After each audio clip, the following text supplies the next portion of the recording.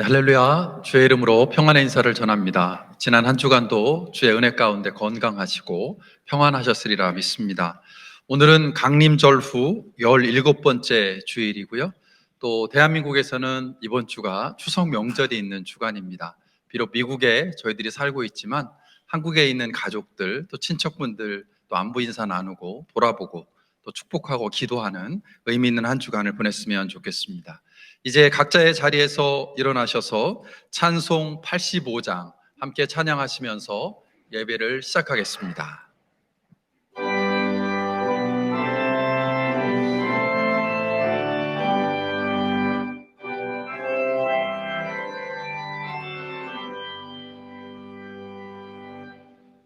구주를 생각만 해도 이렇게 좋거든. 주 얼굴 배울 때야 얼마나 좋으랴. 만민의 구주 예수의 귀하신 이름은 천지에 있는 이름 중 비할 데 없도다. 참에게 아는 자에게 소망이 되시고 구하고 찾는 자에게 기쁨이 되신다. 예수의 넓은 사랑을 어찌다 말하랴. 주 사랑 받은 사람만 그 사랑 알도다. 사랑의 구주 예수여 내 기쁨 되시고 이제로부터 영원히 영광이 되소서.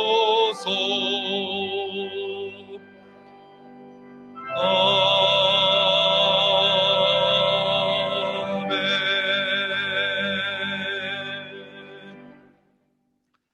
하나님이여 내 마음을 정하여 싸우니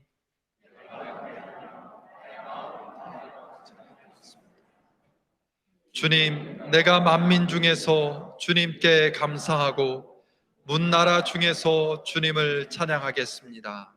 아멘. 이제 자리에 앉으셔서 마음을 모아서 함께 한 목소리로 회중의 공동기도 하나님께 드리겠습니다. 마음의 중심을 보시는 주님, 우리가 주님께 예배하는 중에 주님만을 바라보는 시선을 주옵소서.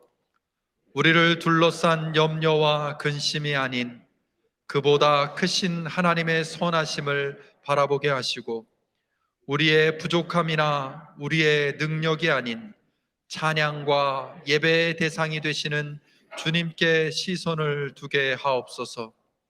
그리하여 우리의 마음의 중심이 다른 곳이 아닌 주님을 향하게 하시고 우리를 긍휼히 여기셔서 주님의 은혜로 우리를 보듬어 주시옵소서. 예수님의 이름으로 기도합니다. 아멘.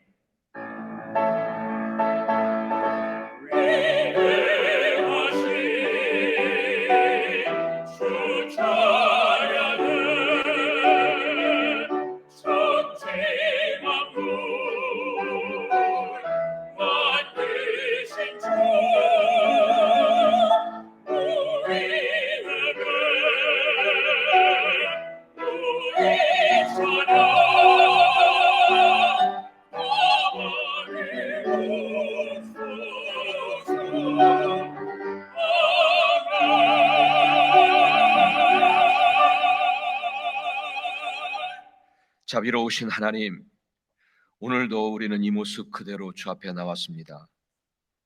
죄가 많고 연약한 모습으로 살다가 주님 앞에 나와 주님의 은혜를 구합니다. 이 시간에 다시 우리에게 구원의 기쁨을 회복시키시며 당신의 은혜 아래 새 힘을 얻게 하여 주옵소서. 우리는 예수 그리스도 안에서 그의 보혈로 자유함을 얻으며 하나님의 풍성한 은혜로 죄사함을 얻게 됨을 믿습니다. 그래서 그 주님의 보혈을 의지하면서 간절히 구합니다. 우리의 악함과 죄됨과 모든 실수와 허물과 그리고 우리의 마음의 의도를 다 아시는 주님, 이 시간에 우리를 긍휼히 여겨주시사 당신의 한없는 사랑으로 우리를 용서하여 주시기를 간절히 원합니다. 하나님, 이 땅에 기초를 놓으시고 하늘과 땅을 만드시며 오늘도 역사를 주관하시고 섭리하시는 주님이심을 믿습니다. 정의와 공정이 주님의 보좌를 받들고 사랑과 진실이 주님을 시중 들고 있습니다. 이 땅에 악하고 불의한 권력 앞에 고통받는 이들을 위하여 기도합니다. 나라를 잃고 보호시설에서 삶을 살아야 하는 난민들을 위하여 기도합니다. 저들의 고통 속에 주님도 함께 하실 줄 믿습니다. 저들에게 구원의 능력으로 나타내 보여주시옵소서. 그가 나를 사랑한즉 내가 그를 건지리라. 그가 내 이름을 안즉 내가 그를 높이리라. 그가 내게 간구하리니 내가 그에게 응답하리라. 그들이 환난을 당할 때에 내가 그와 함께하여 그를 건지고 영화롭게 하리라.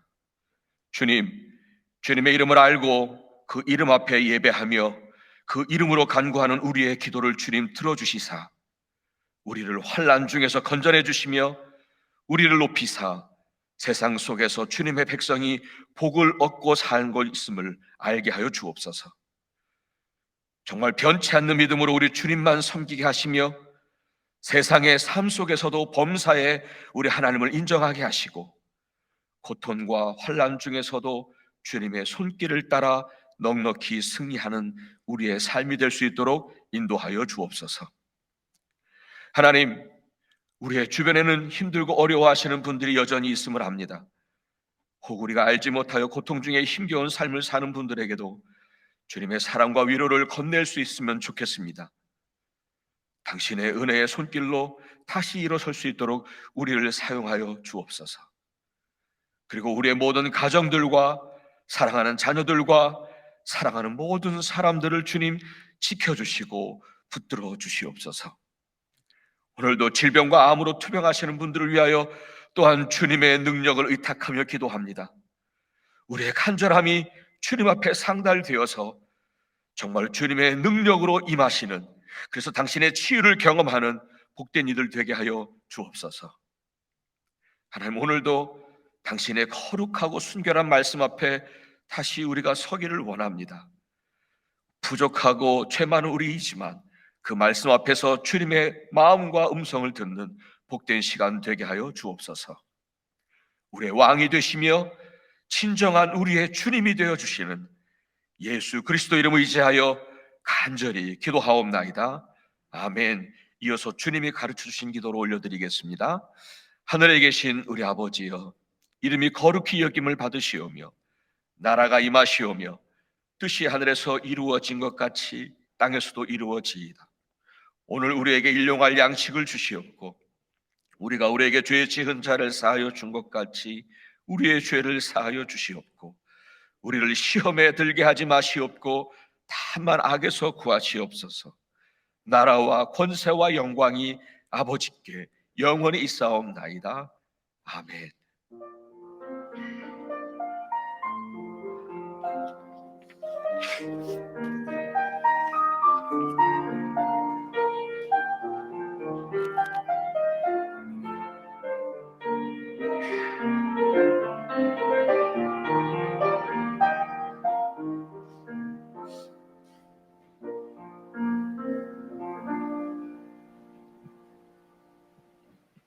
네, 이제 각자의 자리에서 일어나셔서 찬송 89장 샤론의 꽃 예수 함께 찬양하겠습니다.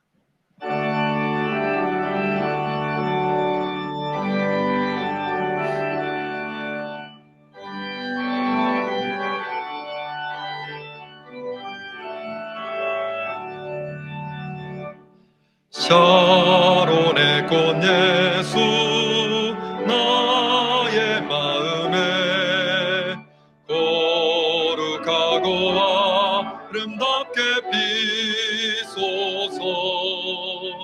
내 생명이 차 사랑의 향기로 한대마다 풍겨나게 하소서. 예수 샤론의 꽃 나의 맘의 사랑으로 비소서. 샤론의 꽃 예수 이 세상에서 어느 꽃과 비교할 수 있으랴. 나의 삶의 한결같은 은혜와 사랑으로 가득하게 하소서. 예수 샤론의 꽃 나의 맘의 사랑으로 비소서. 샤론의 꽃 예수 모든 질병을 한이 없는 능력으로 고치사 고통하며 근심하는 자에게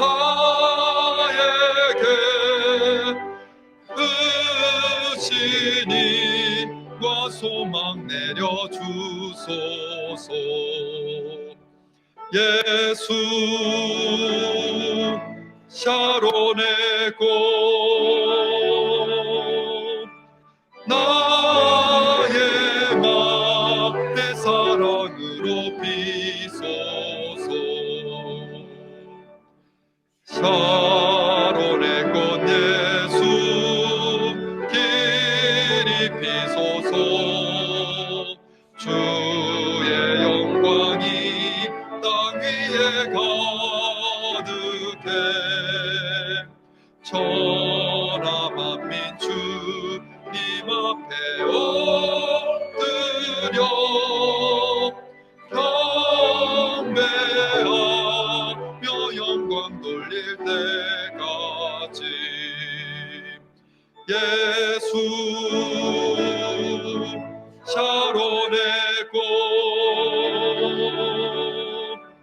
나의 맘의 사랑으로 비소서. 이제 자리에 앉으셔서 함께 하나님의 말씀 보실 때에 오늘은 오기택 권사님께서 말씀 봉독해 주시겠습니다. 오늘 우리에게 주시는 하나님의 말씀은 신약성경 마가복음 2장 1절부터 5절입니다. 오늘 우리에게 주시는 하나님의 말씀은 마가복음서 2장 1절부터 5절입니다. 말씀을 봉독하겠습니다. 며칠이 지나서 예수께서 다시 가버나움으로 돌아가셨다. 예수가 집에 계신다는 말이 퍼지니 많은 사람들이 모여서 마침내 문 앞에조차도 들어설 자리가 없었다. 예수께서 그들에게 말씀하셨다. 그때 한 중풍병 환자를 4사람이 데리고 왔다. 무리 때문에 예수께로 데리고 갈 수 없어서 예수가 계시는 곳 위의 지붕을 걷어내고 구멍을 뚫어서 중풍병 환자가 누워있는 자리를 달아내렸다. 예수께서는 그들의 믿음을 보시고 중풍병 환자에게 이 사람아 네 죄가 용서받았다 하고 말씀하셨다. 이는 하나님의 말씀입니다.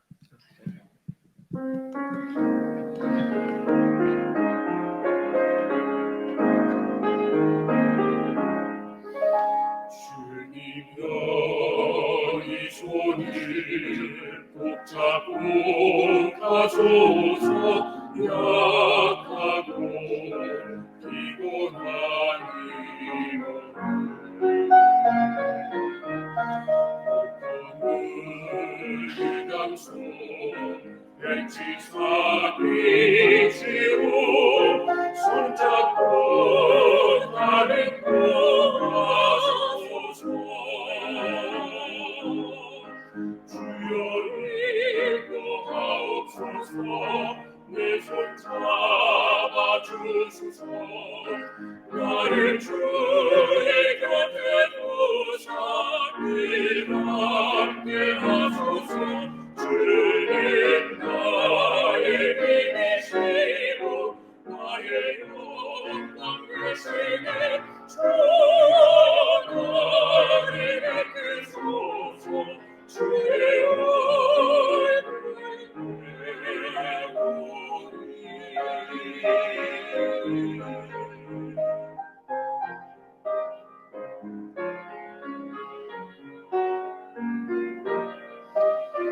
인생이 힘들고 고난이 겹치네. 주님여 날 도와주소서.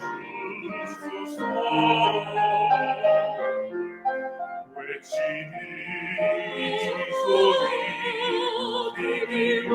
우리시사 손잡고 나를 도와소서.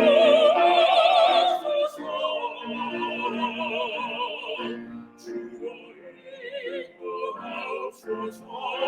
내 손 잡아주소서. 나를 주의 곁에 두사 늘 함께 하소서. 주님 나의 힘이시고 나의 영광 되시네. 주여 나를 이끄소서.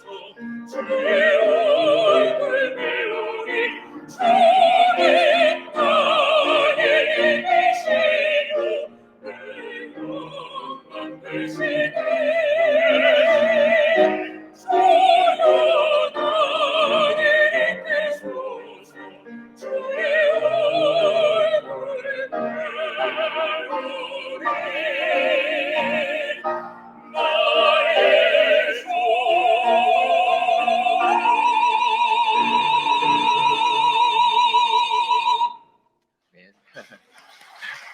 아멘. 예, 예수여, 예수님 내 손을 꼭 잡아주소서.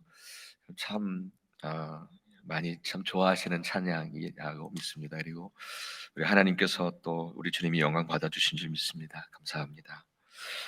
아멘. 오늘 설교는요, 제가 오늘 본문의 이 상황을 이렇게 상상하면서 이렇게 묵상을 한 것을 말씀드리다 보면 이렇게 일종의 스토리텔링처럼 그렇게 아마 그런 형식을 따라서 말씀을 나누게 될 것 같아요. 예수께서는 30년을 나사렛에서 사시다가 그리고는 공생의 사역을 위해서 그 갈릴리 그 호수와 가까운 가버나움으로 이사를 오셨습니다. 죄송합니다. 근데 예수님의 그 공생의 3년 동안은 바로 그 가버나움을 거점으로 해서 그 주변의 갈릴리 지역을 다니시면서 복음을 전하시고 그리고 그곳에서 기적을 베푸시고 그리고 하나님의 나라를 선포하셨죠. 그래서 그곳을 예수님의 제2의 고향이다라고 하는 말도 합니다. 바로 오늘 본문의 배경이 되는 곳이 바로 오늘 가버나움이라고 하는 곳이었습니다. 그래서 우선 가버나움에 대해서 여러분께 조금 더 설명을 좀 드리기를 원합니다. 이 가버나움은요, 이 나사렛은 좀 내륙 쪽에 있거든요. 그러니까 좀 많이 좀 시골이었는데 이 가버나움이라고 하는 곳은 일종의 어업 도시, 뭐 도시라고 해서 뭐 큰 도시는 우리가 상상하는 그런 도시는 아니었고요. 그런 어업 도시 중에 하나였습니다. 그런데 갈릴리를 중심으로 해서 여러 도시들이 있었는데 그 중에서도 가장 번성했던 어업 도시가 바로 가버나움이었다는 거예요. 지리적으로도 볼 때에도 다른 지역을 잇고 있는 그런 중요한 그 통로가 되는 도시였기 때문에 여러분 그렇잖아요. 왔다 갔다 하는 그 통로가 되는 곳에서는 상업이 늘 성행했지요. 그래서 그곳에 세관이 있었어요. 세관. 그리고 거기에서 세관에서 세리로 일을 했던 사람 중에 한 사람, 레위라고 하는 한 사람이 있었죠. 마태라고도 하지요. 바로 주님께서는 그 레위, 마태라고 하는 그 레위를 부르시잖아요. 세관에서. 또 그 가버나움은 전략적으로도 중요했던 도시였던 것 같아요. 그래서 마태복음 8장에 따르면 그곳에 어느 정도 규모의 로마 군대가 주둔을 하고 있었어요. 또 인구도 그래요. 인구도 다른 곳에 비해서는 조금 있었던 것 같아요. 그래서 거기에 회당이 생겼어요. 그러니까 인구가 없는 곳에는 회당이 생기질 않잖아요. 근데 어느 정도 인구가 있으니까 회당이 생겼어요. 근데 누가복음 7장에 보면은 바로 그 회당을 누가 지어줬냐면 거기에 주둔하고 있던 로마의 백부장이 그 회당을 지어준 것으로 기록하고 있지요. 이렇게 그 가버나움에 대한 상황을 이렇게 종합해서 볼 때에 이 가버나움이라고 하는 것은 비교적 풍요로운 곳이었구나 하는 추측을 할 수가 있습니다. 그렇죠? 또 그곳에 사는 사람들도 다른 지역에 비해서 좀 더 풍요롭게 살았을 것이다 추측할 수 있을 것 같습니다. 자, 그런데요, 이렇게 다른 지역에 비해서 혹은 다른 사람들에 비해서 풍요로웠는지는 모르겠지만 역시 그들에게도 주님이 필요했던 모양입니다. 주님이 필요했던 모양입니다. 그렇잖아요. 그들도 육신의 질병을 만나게 되고 그들도 삶의 고통을 당하게 되고 마음과 영혼과 정신이 다 고통 속에 있을 수 있거든요. 그렇잖아요. 그러니까 그들도 주님이 필요했어요. 그래서 오늘 보시면은 2절에 보시면은요. 들어설 자리조차 없을 정도로 그 문 앞에서 들어설 수 없을 조차 될 정도로 그렇게 주님을 찾았고 주님께 달려왔고 주님 앞에 몰려들었어요. 그리고 그 주님께서는 그들을 불쌍히 여기셔서 그곳에 많은 기적을 행하셨어요. 마태복음 11장 20절 이하에 보게 되면은요, 예수님께서 당신이 직접 이렇게 기적을 이렇게 그 사역을 하시면서 기적을 많이 행했던 세 곳을 지적하세요. 그것이 바로 고라신, 그 다음에 벳세다, 그 다음에 하나 더 가버나움. 그러니까 주님께서 내가 이 세 곳을 정말 많이 이렇게 그 기적을 베풀었다라고 말씀하신 그 세 곳 중에 가버나움이 속해 있거든요. 그만큼 이 가버나움에서 많은 기적을 행하셨어요. 사실 그들은 그렇게 생각하면은 그곳에 있는 사람들은 참 은혜를 받은 사람들이죠. 다른 곳에 비해서 더 많은 은혜를 받은 사람들이에요. 병도 고침받고 귀신도 쫓아내지고 또 회복하는 그런 그 기적들과 은혜들을 받은 사람이 그렇게 더 많았는데 그런데 주님이 그들의 모습 속에서 참 안타까운 것을 보셨더라고요. 그게 바로 뭐냐면 그들은 참 교만했더라고요. 그렇게 많은 은혜를 받았는데 정말 주님께서 보시기에도 세 곳을 지적하셔서 말씀하실 정도로 그곳에서 많은 기적과 많은 은혜를 베푸셨는데 그들은 참 교만했어요. 그래서 마태복음 11장에서 이런 말씀을 하세요. 너 가버나움아, 내가 하늘까지 치솟을 셈이냐, 이렇게 말씀을 하세요. 그들이 얼마나 교만했는지 그렇게 표현을 하시는 거예요. 근데 또 이런 말씀도 하세요. 그 뒤에 보면은 차라리 소돔성에서 이런 기적들을 행했다면 그 소돔성이 오늘까지 남아있을 것이다, 이렇게까지 말씀을 하셨어요. 그래요, 저들의 질병을 고쳐주시고 기적을 행하시며 큰 은혜를 베푸셨기에 저들은 더 겸손하게 주 앞에 나와 정말 주님 앞에 나올 줄 알으셨던 것 같아요. 그렇게 바라셨던 것 같아요. 은혜를 받았으니까. 그런데 오히려 은혜를 받은 사람들이 더 교만해진 거예요. 그러니까 여러분 그런 표현, 뭐 비슷한 표현일 거예요. 달려와 가지고 주님 앞에 막 달려와서 고쳐달라고 머리 숙일 때와 그리고 고침받고 난 다음은 이렇게도 달라질 수 있다는 생각이 들어요. 정말 주님께서 한탄하시는 거예요. 내가 그 세 곳에다가 그렇게 은혜를 많이 베풀었는데 벳세다, 골하신 벳세다, 그리고 가버나움아, 하늘까지 치솟겠느냐? 그렇게 교만해졌어요. 참 안타까운 것 같아요. 사랑하는 여러분, 우리도 정말 하나님의 은혜를 많이 받은 사람들입니다. 때로는 정말 기적 같은 은혜를 받았어요. 그렇다면 하나님 앞에서나 사람들 앞에서 우리는 더 겸손해야 할 줄 믿습니다. 은혜를 많이 받았다는 분들 가운데요, 나 은혜 많이 받았어 하는 분들 가운데 이 교만해져 있는 모습들을 볼 때가 가끔 있습니다. 참 안타깝습니다. 이렇게 하나님의 은혜를 받았다면 더 겸손해야 하는데, 그래야 우리가 받은 그 은혜들을 퇴색하지 않는 거거든요. 하나님께서 내게 주신 은혜를 가지고 우리가 교만해지기를 원하신 건 아니잖아요. 그러니까 그 은혜를 받아서 더 겸손해지면 그 은혜가 더 빛이 나는데, 아멘. 은혜가 더 빛이 나는데, 그렇죠? 또 한 가지는요, 그것은 오늘 제가 이렇게 본문을 묵상하면서 느꼈던 거예요. 이 사람들을 보면서, 오늘 본문 속에 이 가버나움 사람들을 보면서 느낀 건데, 그것은 뭐냐면 그들은 참 이기적이었구나 하는 생각을 갖게 됐어요. 참 이기적이었구나. 오늘 본문에 따르면 주님께서 다시 가버나움에 오셨다는 그 소문을 듣고는 정말 많은 사람들이 몰려들었어요. 많은 사람들이 몰려들었어요.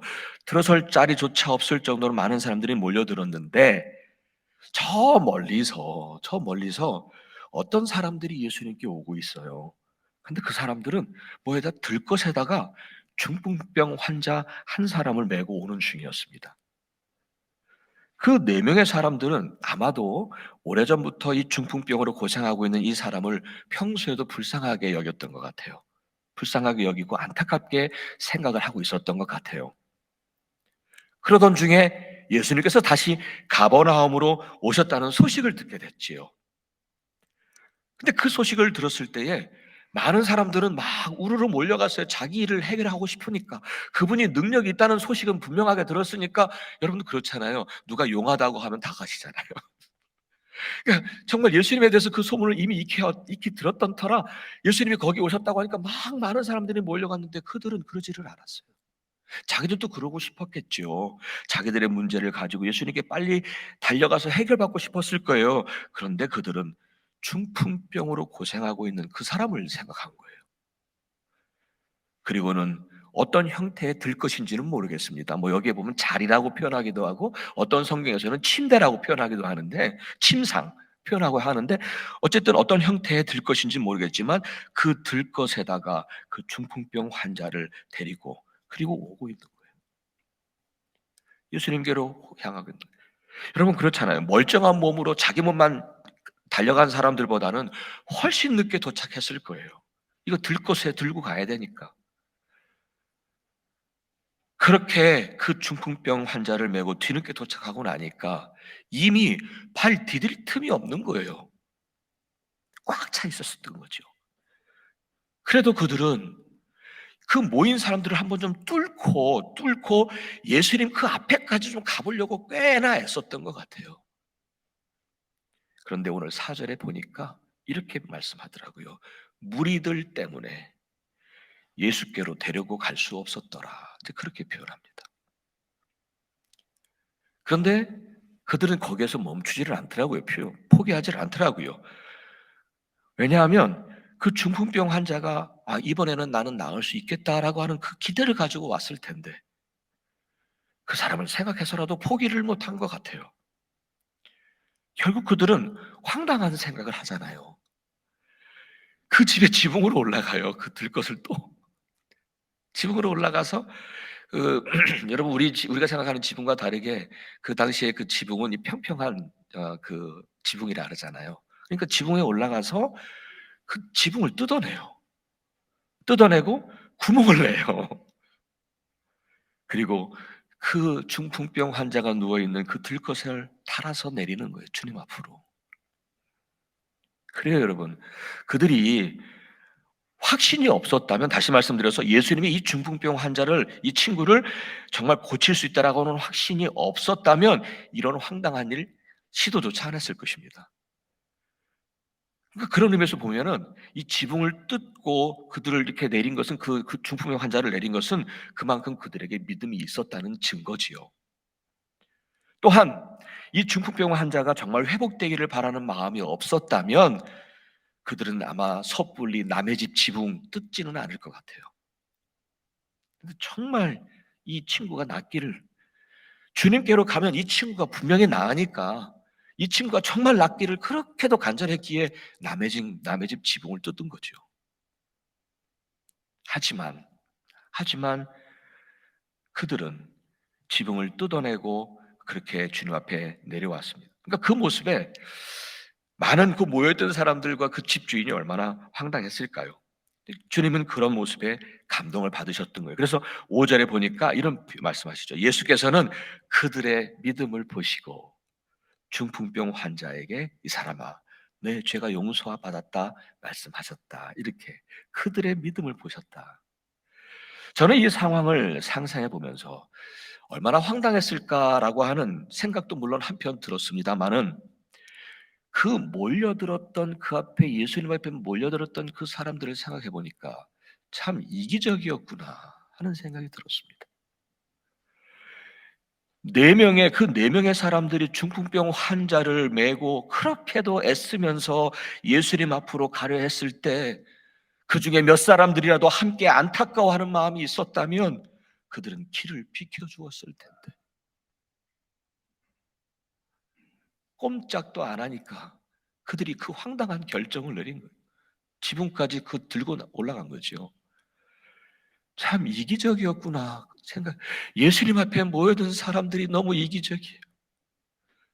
우리 우리 성도들 가운데, 우리 그리스도인들 가운데 좀 그렇게 이기적이지 않았으면 좋겠어요. 그래서 사랑하는 여러분, 우리가 믿음을 잠시 생각해 봅니다. 믿음은 우선 하나님과 나만의 개인적인 관계이어야 합니다. 여러분 엄마의 사랑을 여러분 기억해 보십시오. 엄마의 사랑에 엄마에게 10명의 아들이 있어요. 자녀들이 있어요. 그렇다고 하면 그 엄마의 사랑은 10분의 1씩 갑니까? 아니지요. 10분의 1씩 안 가요. 엄마의 사랑은요, 10명의 자녀가 있어도 마치 한 명의 자녀를 사랑하는 것처럼 그렇게 한 자녀, 한 자녀, 한 자녀를 사랑하잖아요. 그거는 그러한 일대일 관계잖아요. 하나님과 나와의 관계도 마찬가지라는 것입니다. 마치 나만을 위하여 십자가에서 돌아가신 것처럼 그 사랑을 나에게 부어주신 거예요. 마치 나 하나를 위한 것처럼 엄마가 사랑하는 자녀를 그렇게 사랑하듯이 이렇듯 믿음이라고 하는 것은 하나님과 나만의 개인적인 관계가 너무너무 중요합니다. 그래서 이 관계를 잘 지켜야 합니다. 이게 기본이죠. 하지만 여러분, 그 다음은 옆을 보아야 합니다. 옆을 보아야 합니다. 나만 잘 되고 나만 은혜 받으면 된다. 내 가족만 또 내가 좋아하는 사람만 잘 되면 된다는 식의 그런 이기적인 믿음은 하나님이 결코 기뻐하시질 않더라고요.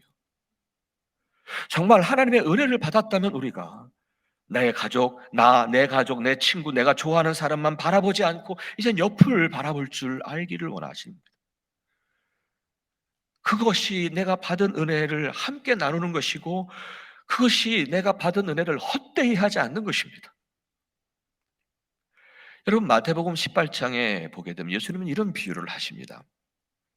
왕에게서 1만 달란트 빚진 자가 탕감을 받았어요. 탕감받은 종의 이야기죠. 그런데 정말 1만 달란트라고 하는 것은 한 달란트가 연봉이거든요, 여러분. 그 당시에 연봉이에요, 한 달란트가.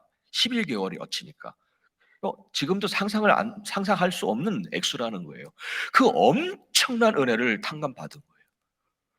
그런데 그가 집에 돌아오는 길에 자신에게 100데나리오, 이 데나리오는 연봉이 아니라 하루치거든요. 하루치 그 삭입니다. 일일 삭입니다. 일삭. 근데 그 100데나리온을 빚진 그 친구를 만났을 때 그 빚을 갚지 않는다고 성경에서는 그렇게 표현해요. 멱살을 잡고 애걸하고 있는 그를 감옥에 가둬버립니다.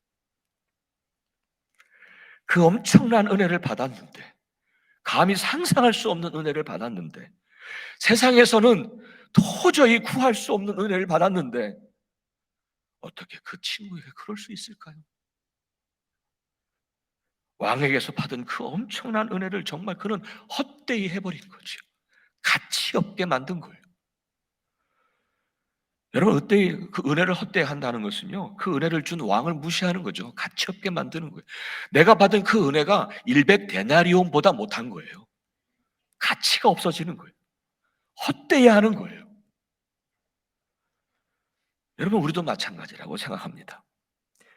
여러분, 정말 우리는 이 세상에 삶을 사는 동안에 주신 은혜만이 아니라 하나님의 나라를 상속받을 수 있는 하나님의 자녀가 되는 은혜는 이 세상에서 그 무엇으로도 얻을 수 없는, 뭐 1만 달란트로도 얻을 수 없는 그런 은혜를 받은 자들이 아닙니까?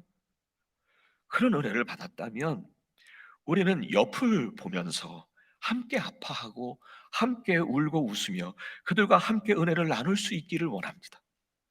비록 나에게 100데나리온의 빚을 진 사람이라 해도 그들에게 은혜와 사랑을 베풀었어야 하는 거예요. 예수님의 비유에 따르면 그 베풀어야 했었던 거예요. 또 우리가 서로 사랑을 해야 하는 이유도 마찬가지입니다. 우리가 서로 사랑해야 할 이유를 말씀하시잖아요. 그가 먼저 우리를 사랑했기 때문이에요. 우리가 하나님께로부터 그 엄청난 사랑을 먼저 받았잖아요. 그 얼마나 큽니까? 그래서 이에 우리는 그 사랑을 다른 이들과 함께 나누는 것이 마땅하다 말씀하시는 것입니다. 그러니까 우리가 서로 사랑을 해야 되는 거죠. 내가 사랑하고 싶어서 사랑하는 것은 그런 성경이 말하는 사랑이 아닙니다. 주님이 내게 너무 사랑을 하셨으니까, 그가 먼저 나를 너무 사랑하셨으니까 그 사랑을 받았으니 이제는 주변을 바라보며 그 사랑을 전하는 것이 내가 받은 그 엄청난 사랑을 헛되이 하지 않는 것이라는 것입니다.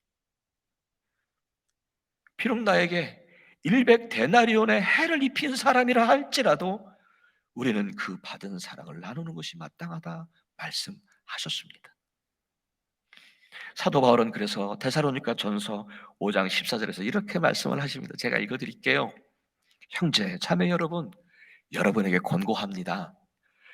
무질서하게 사는 사람을 훈계하고, 그리고 마음이 약한 사람을 격려하고, 힘이 없는 사람을 도와주고, 모든 사람에게 오래 참으십시오. 만일 가버나움의 그날, 예수님이 있었던 가버나움의 그날, 그 예수님 앞에 모여들었던 사람들 중에 단 몇 명이라도 이렇게 함께하는 믿음을 가졌다면, 그렇다면 그렇게도 땀 흘리고 중풍병 환자를 메고 온 그들에게 길을 비켜주고 격려해주고 도와주었을 것입니다. 그런데 그들은 비켜주지를 않았습니다. 조금도 배려해주지를 않았습니다. 하지만 그들과 달리 중풍병 환자를 데리고 온 4명의 친구들, 여러분 생각해 보세요. 자기만 달려왔으면 일찍 좋은 자리 차지할 수 있었겠지만 그보다 중풍으로 쓰러져 있는 오랫동안 꼼짝 못하고 있는 그 친구가 생각이 나서 그 친구를 데려가면 병이 나을 거라고는 확신도 있어서 그 축 늘어져 있는 그 무거운 중풍병 환자를 들것에 메고 예수님 앞에 왔던 4명의 친구들, 그리고 어떻게 해서든지 그를 다시 일으켜 세우고 싶어서 남의 집 지붕을 뜯고 예수님 앞에 달아내렸던 그 친구들, 4명의 친구들. 오늘 본문 5절에서 말씀하셨잖아요. 그들의 믿음을 보시고 그 중풍병 환자를 고쳐주셨잖아요. 그래요. 본인의 믿음을 보신 게 아니었어요. 그런 말씀 없어요. 물론 그 중풍병 환자도 믿음이 있으니까 거기까지 왔지요. 그런데 주님이 보신 것은 바로 그들의 믿음이었어요. 그 4명의 친구들의 믿음이었습니다. 이렇게 주님은 그렇게 함께하는 믿음을 참 기뻐하셨습니다. 사랑하는 여러분, 우리가 1만 달란트 빚을 탕감받은 자라 여기신다면, 그리고 정말 하나님의 정말 그 놀라운 은혜를 우리가 받은 자임을 고백한다면 이제 우리의 옆을 보아야 합니다. 그 은혜와 사랑을 나눌 때 그 함께하는 믿음을 우리 주님이 기뻐하시기 때문입니다. 나만 잘 살고 나만 편하게 있는 것이 감사의 조건이 되지 말고 이 4명의 친구들처럼 지금 아무것도 못하고 소망 없이 누워있는 중풍병 환자를 돌아보아야 한다는 것이지요. 근데 생각해 보니까 그 중풍병 환자가 우리 주변에도 많이 있는 것 같아요. 나라를 잃고 도망쳐 나와야 했던 난민들이 있습니다. 그들은 어쩌면 그저 누워있는 중풍병 환자와 같이 누구의 도움이 없이는 희망을 볼 수 없는 사람들입니다. 우리 민족의 역사 속에서도 이런 아픈 역사, 난민의 역사가 있더라고요. 1905년에 천여 명의 조선인들이 저 멕시코 유카탄의 에네켄 농장으로 다 노예처럼 살았어요. 거기에 겨우 도착해서 에네켄 농장에서, 에네켄이라고 여러분 아십니까? 밧줄을 만드는 거예요. 저는 가봤습니다. 이 밧줄을 만드는 건데 그 농장에서 그 가시가 있어요. 그 농장에 노예처럼 일을 했더라고요. 그래 난민들이죠. 정말 지난번에 갔었을 때 보니까 박물관도 찾아보았고 정말 분들 중에서 유일하게 살아 계시는 한 할아버지를 또 만나 뵌 적도 있어요. 또 일제 강점기에 나라를 잃고 가난을 이겨보려고 북한도로 가신 우리 선조들도 난민이었죠. 올해 우리 교회가 10월 둘째 주일에 설립 70주년의 기념 예배를 드리게 됩니다. 주제를 재건이라고 하는 것으로 정했어요. 정하고 준비했습니다. 재건, 다시 세우는 것이죠. 이스라엘 백성들이 바벨론 포로에서 70년 만에 예루살렘에 돌아와서 그들은 먼저 성전을 재건했습니다. 그리고 성벽을 재건하고 율법을 선포했죠. 낭독했습니다. 그렇죠? 그래서 저희 교회도 이번 70주년이니까 성전 곧 예배를 재건하기 시작하자. 그리고 성벽 곧 교회를 재건하기 시작을 하자. 그리고 율법 곧 말씀을 재건하기 시작하자라고 하는 의미를 가지고 재건이라고 하는 것을 정했습니다. 그리고 팬데믹, 이곳저곳 팬데믹으로 말미암아 이곳저곳이 지금 무너져 있는 이 사회를 보고 있지 않습니까? 교회만 무너진 게 아니라 이곳저곳 사회가 무너져 있습니다. 그래서 우리만 재건하는 것은 하나님이 기뻐하시지 않을 것 같아요. 우리만 재건하자 하면 그건 하나님이 기뻐하시지 않을 것 같아요. 팬데믹으로 인해서 사람들이 마음에 얼마나 강팍해졌는지 몰라요. 그래서 정말 심각하게 무너진 사랑을 재건해야 합니다. 이 사회 속에 이렇게 사회 곳곳에 무너져 있는 것들이 너무 많은 것 같아요. 다시 재건해야 하는 치유와 회복이 필요한 것 같아요. 그 첫 발걸음이고, 그리고 어쩌면 가장 쉬운 방법으로 이런 생각을 했어요. 함께 나누었었어요. 뭐냐면 우선 아프가니스탄 난민들을 비롯한 난민들을 돕기 위한 헌금을 여러분들께 요청합니다. 10월 둘째 주일 교회 설립 70주년 기념 주일에 여러분들이 감사 헌금을 하시든지 하실 거 아니에요. 그러면은 그냥 그것을 구제 헌금으로 그렇게 사용하고 싶습니다. 그것을 구제 헌금으로 드리고 싶습니다. 그래서 여러분 기꺼이 함께 해주시면 좋겠습니다. 오늘도 우리는 이 땅에 나그네로 살아가고 있음을 잊지 마시고 함께 해주시기를 바랍니다. 출애굽기 22장 21절에 이런 말씀이 있어요. 너희에게 몸 붙여 사는 나그네를 억압해서는 안 된다. 너희도 이집트 땅에서 몸 붙여 살았던 나그네였다라고 출애굽기 22장 21절에서 말씀하고 계십니다. 조만간 목회 서신을 통해서 구제 헌금을 하시는 방법도 알려드리고 그 후에 어떻게 사용되어졌는지를 또한 여러분들께 보고해드리겠습니다. 여러분, 그들에게도 이 4명의 친구들이 필요한 거지요. 그 4명의 친구들이 되어 주십시오. 또한 그리 멀리 보지 않아도 우리 주변에 중풍병 환자처럼 있는 이들이 있습니다. 정말 질병과 암으로 투병하시는 분들도 계십니다. 오늘 본문에서는 그 4명의 친구들의 믿음을 보시고 치료해 주셨지 않습니까? 정말 그분들을 위해서 그 4명의 친구들이 가지고 있었던 그 간절함으로 정말 남의 집 지붕까지 뜯어내는 그 간절함으로 여러분 충고해 주시기를 또한 간절히 바랍니다. 또한 여러 삶의 고난과 어려움으로 막막해하는 분들이 우리의 주변을 다 바라보면 찾아낼 수 있을 것 같습니다.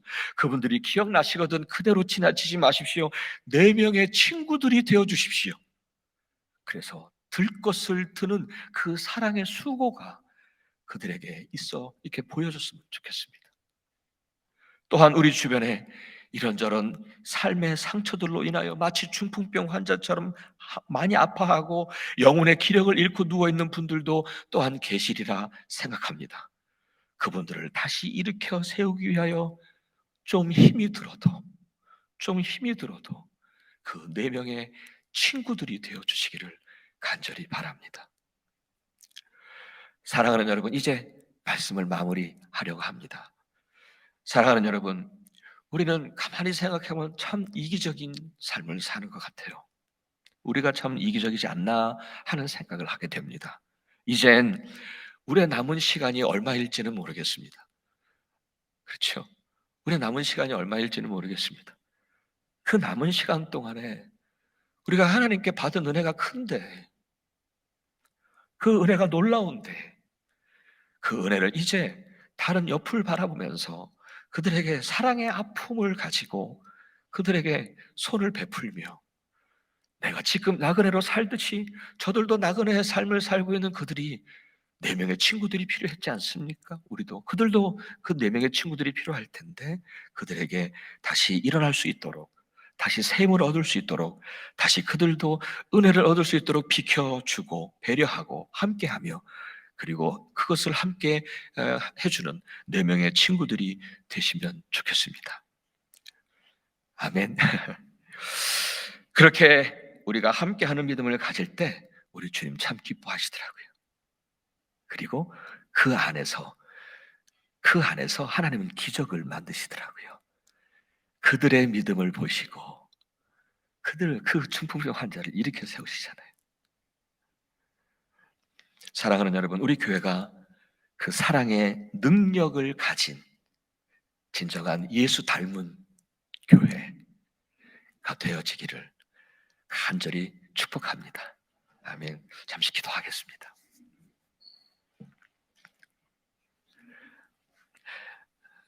정말 중풍병 환자를 들것에 메고 예수님 앞으로 어찌하든지 올려 했던 그 4명의 친구들이 되어서 우리 주변에 그 중풍병 환자 같은 이들이 얼마나 많은지요.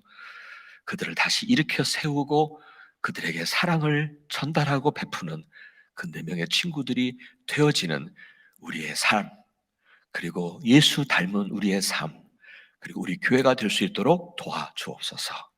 예수 그리스도 이름으로 간절히 기도합니다. 아멘. 시간 자리에서 일어나셔서 찬송 1장 함께 부르시면서 보온하신 예물 주님 앞에 올려드리겠습니다.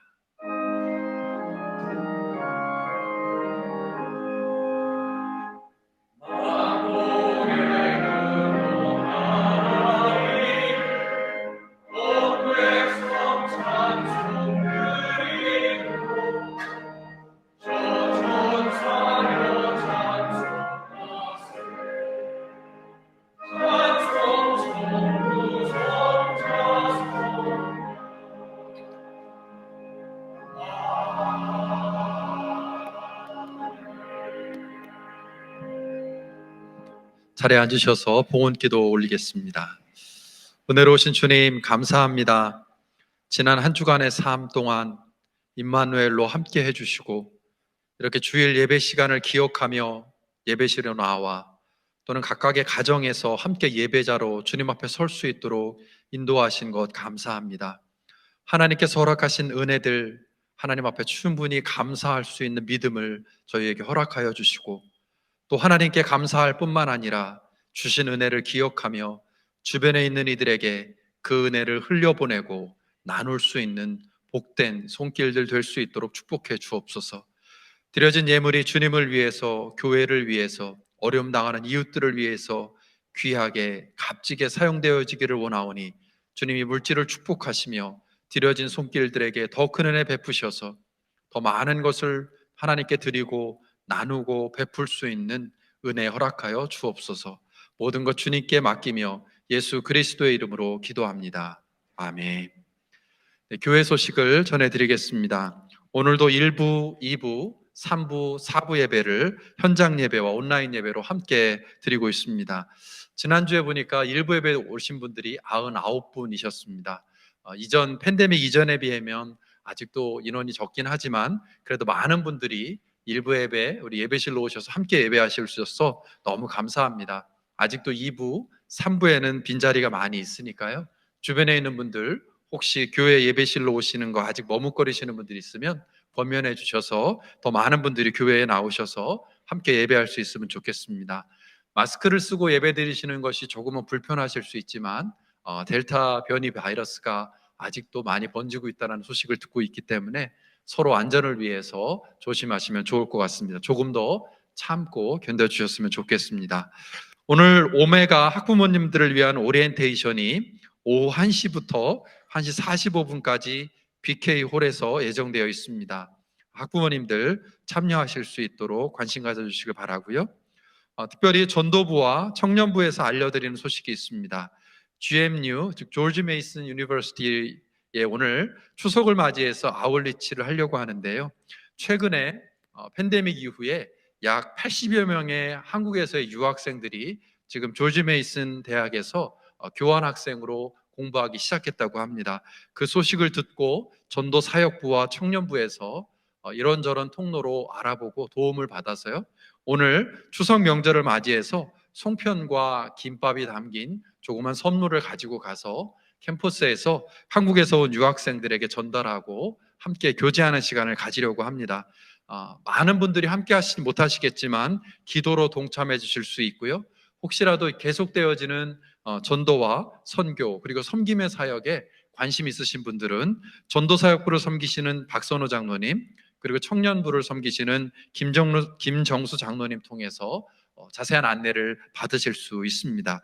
관심 갖고 기도해 주셔서 오늘 아웃리치가 은혜 가운데 진행될 수 있도록 온 교우가 함께해 주시기를 바랍니다. 재정부에서 부탁드리는 내용 알려드리겠습니다. 정확한 헌금 내역을 파악하고 또 입력하는 데 도움을 받기 위해서요. 헌금하실 때 교인 번호를 꼭 적어주시기를 부탁을 드립니다.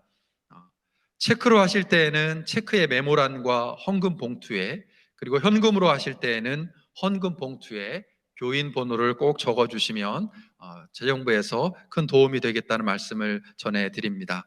혹시라도 아직 교인 번호를 받지 못하신 분은 사무실에 오시면 자세하게 도와드리도록 하겠습니다. 2부 찬양팀에서 팀원을 모집합니다. 악기와 또 목소리로 하나님을 찬양할 귀한 섬김을 하고 싶으신 분들을 모집하는데요.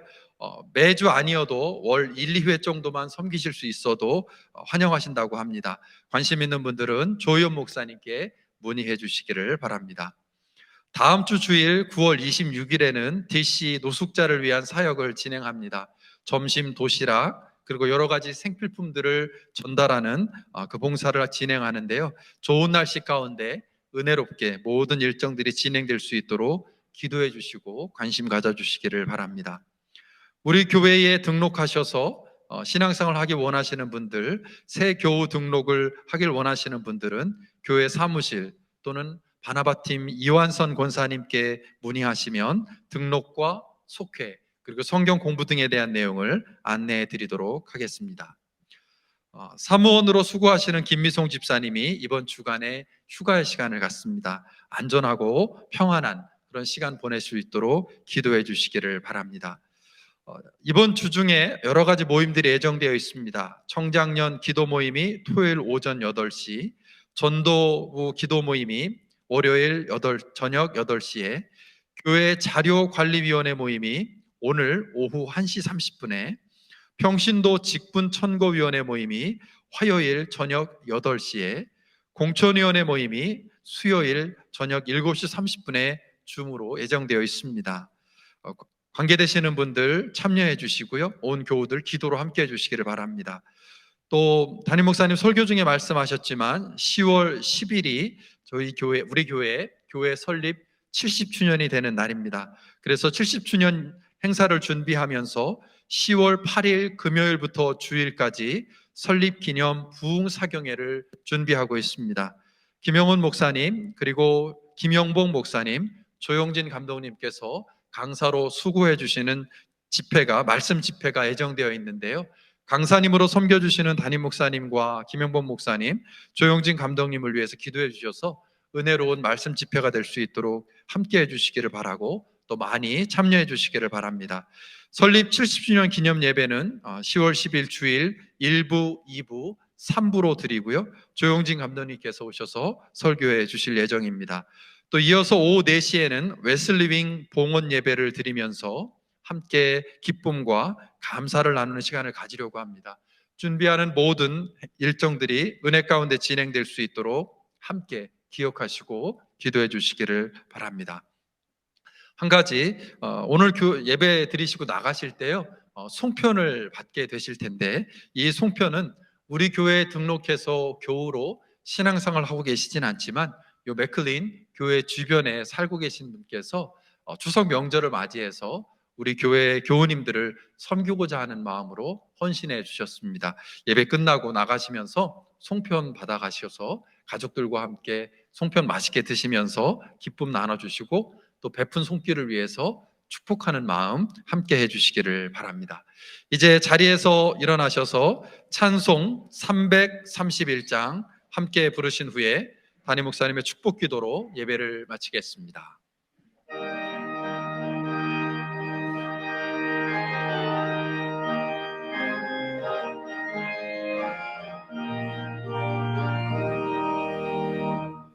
영광을 받으신 만유의 주여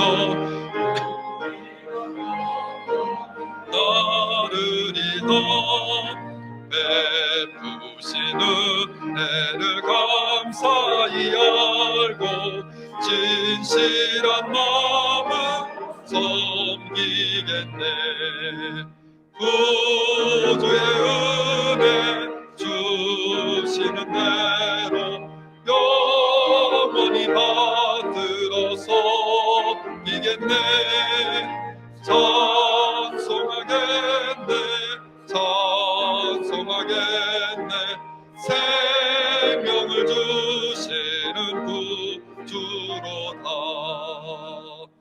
구주를 높이고 잘 공경하여 온유한 마음으로 섬기리다. 주 예수 안에서 즐거워하며 충성을 다하여 섬기겠네. 구주의 은혜 주시는 대로 영원히 받들어서 이겠네.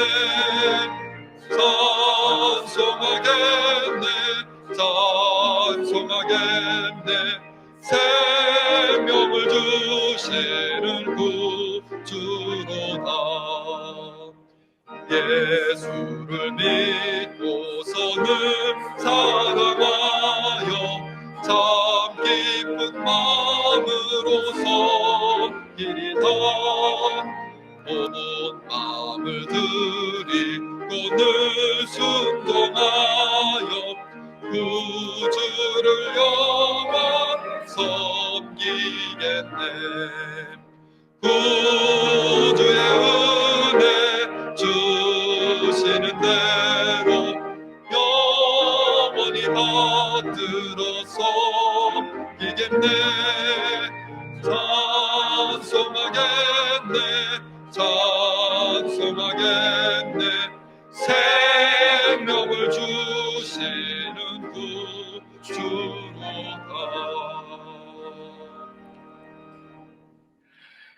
사랑의 하나님 감사합니다. 오늘 또 갑자기 송편을 받게 됐습니다. 참 감사합니다. 그리고 그 마음을 주신 하나님께 감사하고 또 그것을 기꺼이 감당하고자 하신 그 손길도 주님께서 기쁨으로 받으시고 또 축복해 주실 줄 믿습니다. 이제는 우리의 구세주가 되신 예수 그리스도의 은혜와 하늘 아버지의 정말 한량없으신 사랑하심과 성령님의 감동하시는 은혜가 우리 사랑하는 모든 성도님들의 발걸음과 각 가정들과 그리고 이 나라와 한국과 온 세계 위에 이제부터 영원토록 늘 함께 하시기를 예수 그리스도 이름으로 간절히 축원하옵나이다. 아멘. 나의 반석 나의 군 나의 찬송이신 여호와 내 앞에 밝혀주사 영원히 인도하소서. 언제나 주와 동행하며 주 사랑 안에 살게 하소서. 나의 구원자 나의 피난처